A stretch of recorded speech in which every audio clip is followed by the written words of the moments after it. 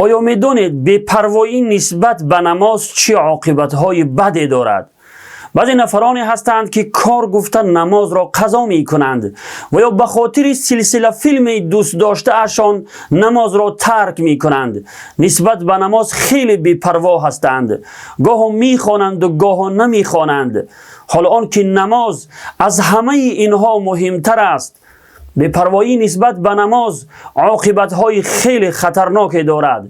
الله رب العالمین می‌فرماید فویل للمصلین، ویل است برای نمازگزاران.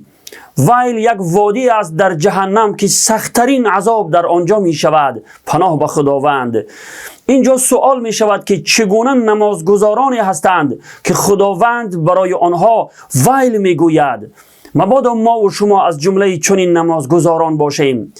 در دوام آیت صفت چنین نمازگزاران را خداوند بیان کرده می فرماید الذین هم عن صلاتهم ساهون، یعنی آن نمازگزارانی که نسبت به نمازشان غافلند، نسبت به نماز بی‌پروا هستند.